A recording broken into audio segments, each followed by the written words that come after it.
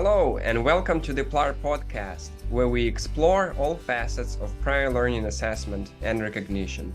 I'm your host, Andrew Skapenko. And I'm your co-host, Natalie DeVoe. We're very pleased to introduce our guest for this episode. Connie Georget is an assistant in the Office of Equity, Diversity, Inclusion, and Anti-Racism at Thompson River University. Born in Kamloops, British Columbia, and living in Cache Creek, Connie attended Caribou College in 1980, completing a business administration certification. Throughout her career, Connie worked in admin, safety, and human resources roles. While working, Connie attended night classes at Caribou College, TRU. She then had a family and paused her studies. In 2019, Connie decided to return to school to do her bachelor's degree while working at TRU.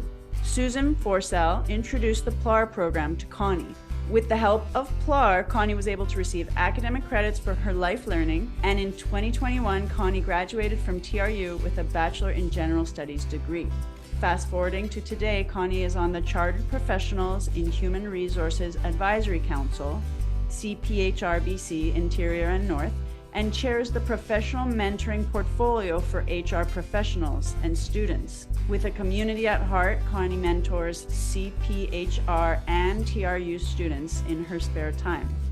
Welcome to this episode, Connie. We're so happy to get a chance to speak with you today.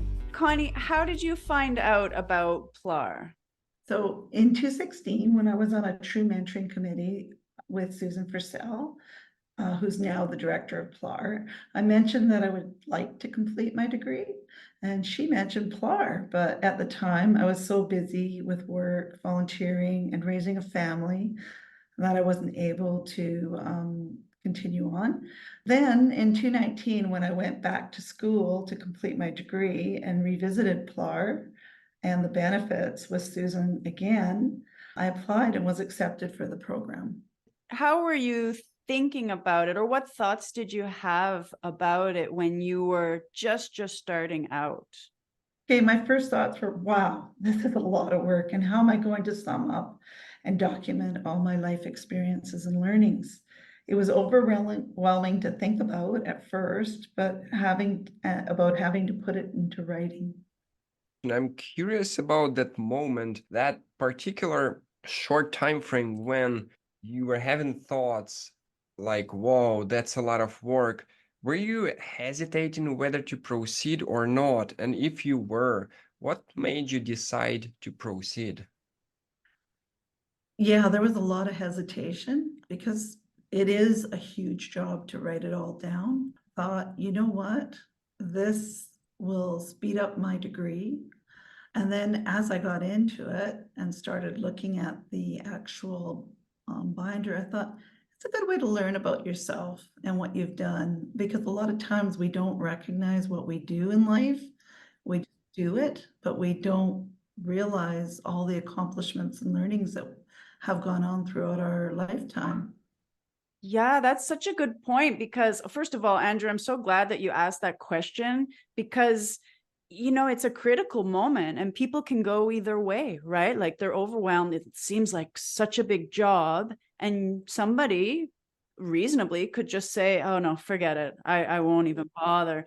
And so it's interesting to hear how you kept going, Connie. And then you said it's a great way to learn about yourself. And sometimes we don't do that. Like you said, like we do things and we keep going and it's sort of on to the next task, and life is busy, right? But what a great opportunity to just like take a beat and look back at everything that you'd accomplished over the years.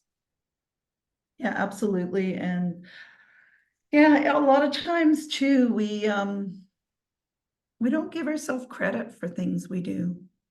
We think, oh yeah, we just do it, but you don't realize the impact it has on other areas of your life or other people, or or just going on the next step of your learning journey.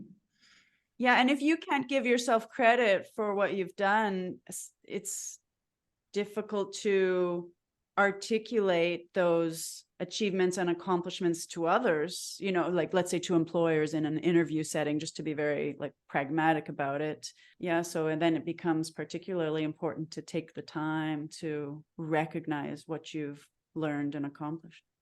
That's so true. And once you're done, you have a portfolio of all your accomplishments as well. Yeah.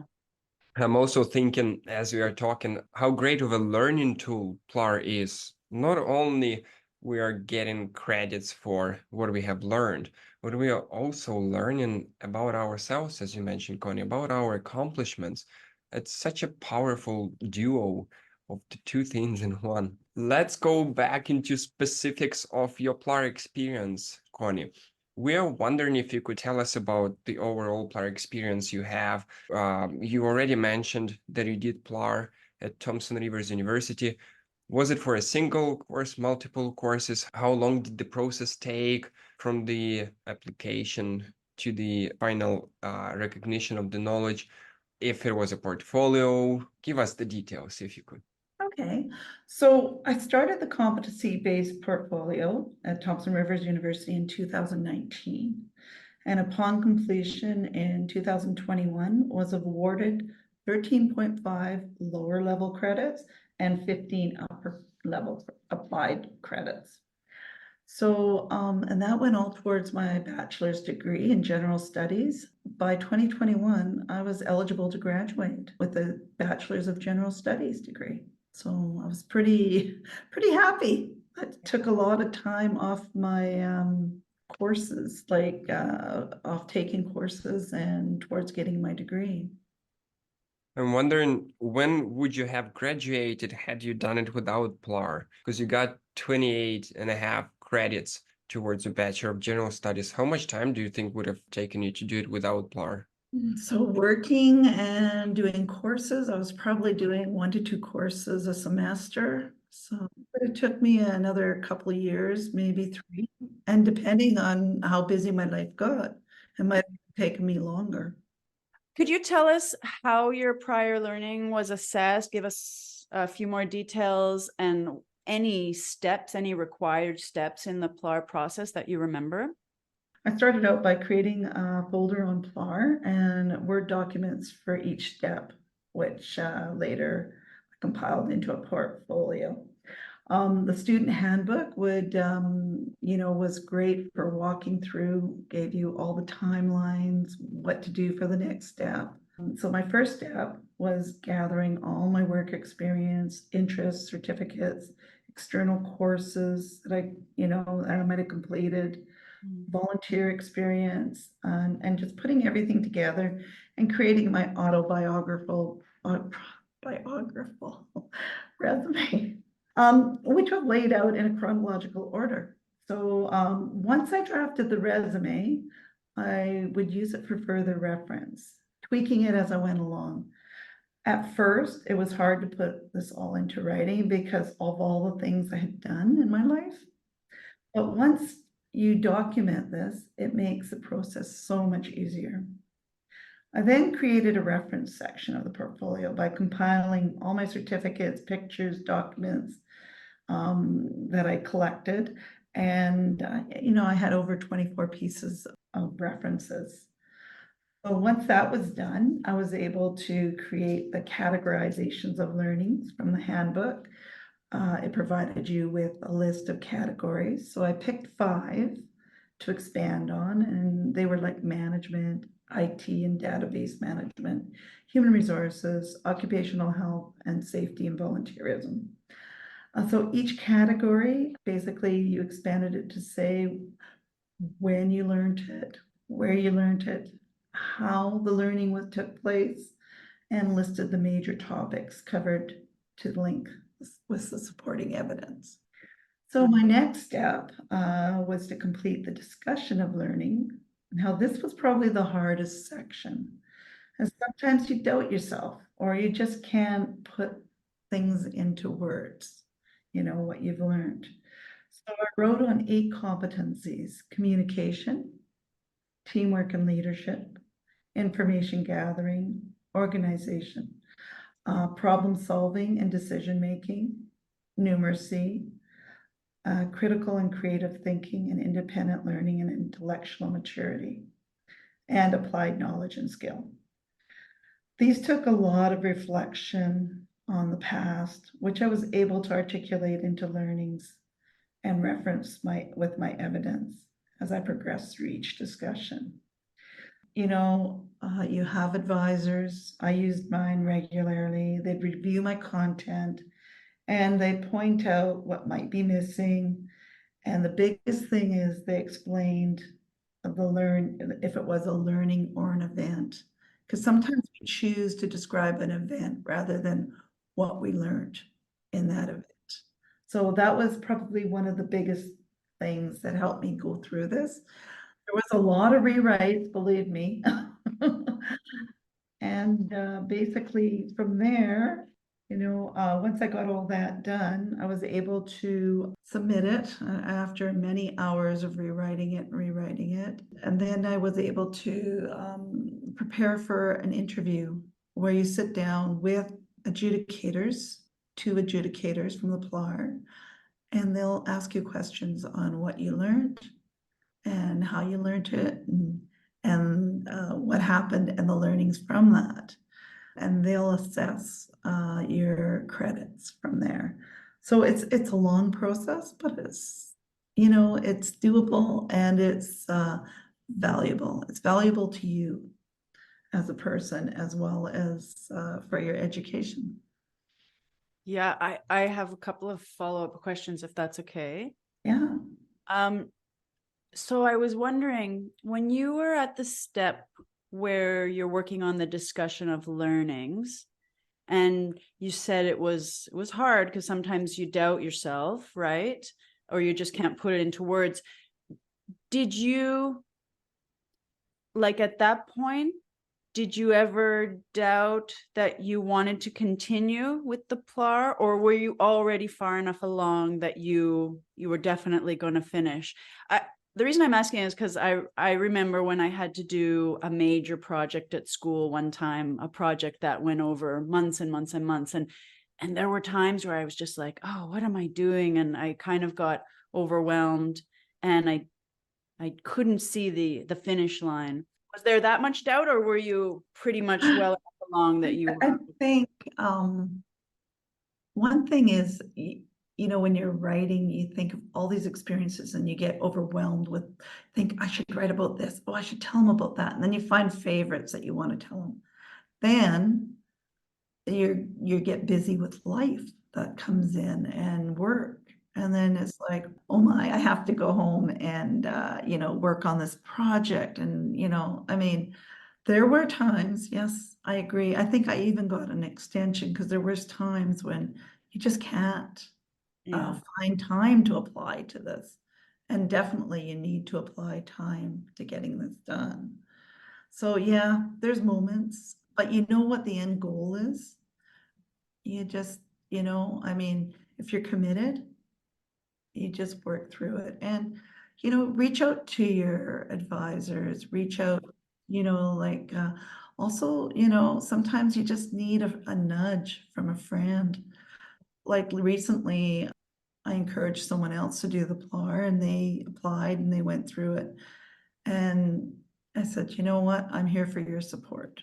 As she was going through it, she's going, oh my, I'm stuck.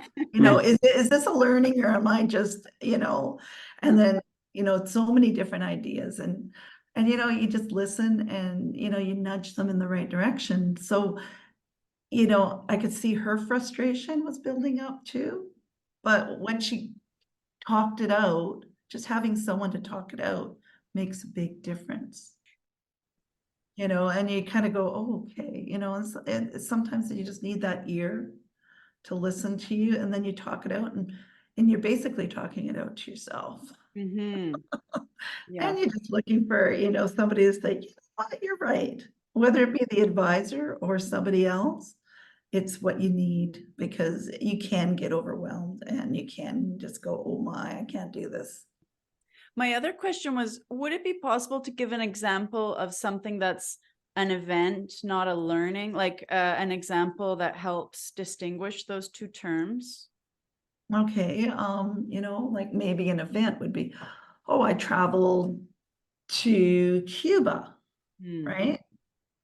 But then the learning would be, I learned about the culture. I was able to apply my learnings of Spanish, speaking to the people. Oh, yeah, that's a really good example. Thank you. And that's the learning, and I'm learning about the history, like when you're going through the cities, you're learning the history of the towns. So you're learning all the time. I think that's with anything we do. Like even today is a learning for me. I've never done this before, but I'm learning. Or maybe that will be in one of your future PLAR portfolios, this podcast. You never know. But yeah, and that's the beauty, it doesn't matter how old you are. It just, we always learn and keep learning. It keeps you young. Yeah, I agree. The next question goes into supports and resources that you received during the process and that you found helpful. And you already touched on so many of them in the previous question, but I wanted to highlight one tool that I identified. It sounds like support network is quite an important component of a successful PLAR journey. It's those people who will tell you, hey, you're great, you're doing a great job. And it's also really pleasant to see how when you were doing your PLAR, Connie, you got supports from other people, and then now you are supporting others in their PLAR journeys. That's such a inspiring experience, and it's so heartwarming to observe. Going back to the questions about the support, so you mentioned the handbook, the work with advisors, the support network. Was there anything in particular about the handbook that you found useful? Yeah, the handbook's very laid out very well. I don't know what it is looking like now, but I imagine they've improved on it. It gives you timelines, it gives you definitions, it gives you ideas of what they're looking for. But like I say, sometimes you do get lost in your own mind thinking an event is a learning and you want to talk about a fun event, but and you end up having so many learnings and events in your life. I think it's the honing in, but the handbook is very well put out when I was using it. Your comment that you made the reference page for your portfolio, that's such a great way to keep things efficient and not have to spend time looking for things every time you need to find this or that section of your portfolio. Did you just do it all in, I don't know, Microsoft Word, or you used some other tool for organizing portfolio and making references? No, I use it in Word and I did a with table of contents. So you could always be updating your table, like linking every time you knew where your stuff was. So I scanned everything into a document and with a table of contents, and I knew what reference to use. So, and then when you combine everything together, you make a major table of contents. But it's great. It's a great way of linking everything together into one document. And then the advisors, I understand they played an important role in your PLAR journey. Was there anything in particular that you found useful in your interaction and work with advisors that made your journey easier? They were so helpful. And you know what? The advisors, you could reach out to them. You never felt like you were asking a dumb question. They were very efficient at, just adding a comment on in your document saying, hey, think about this. Is this a learning or is this an event? Is this, how did you learn it? They knew the right questions to ask so you could build up your document and, explain it a lot better. Were there any other tools or supports, both at TRU and in your personal network, that you found useful? Just talking it out with people that had done it before, really helpful. And, just saying, hey, you got this, just having someone to nudge you. Because it's very easy, like Natalie said, it's very easy to just almost give up sometimes. But you know what? with the commitment, you can pretty much do anything if that's what you want. I also wanted to mention and give thanks to my biggest supporters, my family, especially my husband.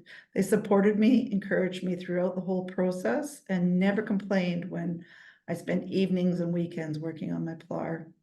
And they were so proud of me when I completed my PLAR and graduated with my bachelor's degree. Were you connected to people who had done it before, or did you just happen to know them? I knew some people that had done it before, yeah. Oh, great. And I just throw it a question and they says, yep, you're on the right track. All right. The next question is, apart from gaining an academic credential, how did PLAR benefit you on a personal side? Basically, I mean, hey, to be able to finish that is a big accomplishment. You become very proud of yourself and very aware of everything you've done for the past years. It's pretty amazing feeling. It also helped me applying for jobs that needed a degree. I was able to apply for those jobs. But yeah, just doing it, yeah, it made my family proud, made me proud. Like I said, it's a bucket list goal. I wanted to get my degree before I was 60, and I was able to.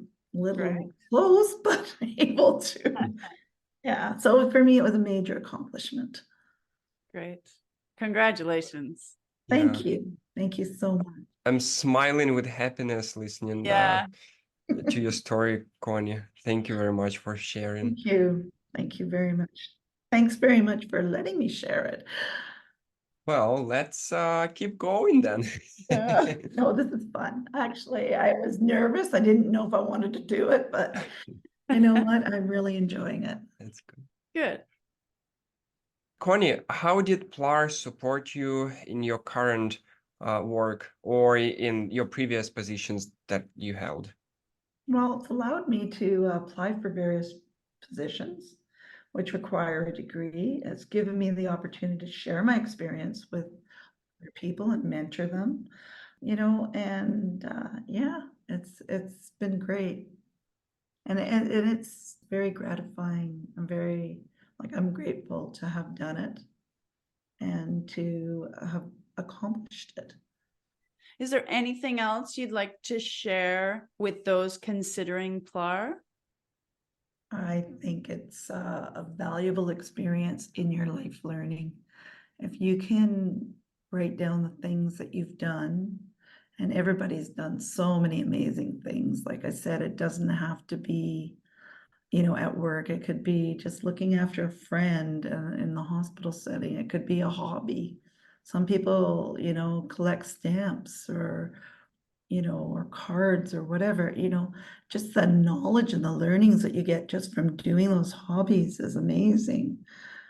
Traveling. So, you know what, if you're looking to, because a lot of people out there, it's hard to go back to school. And if they try, they know how long the journey is going to be.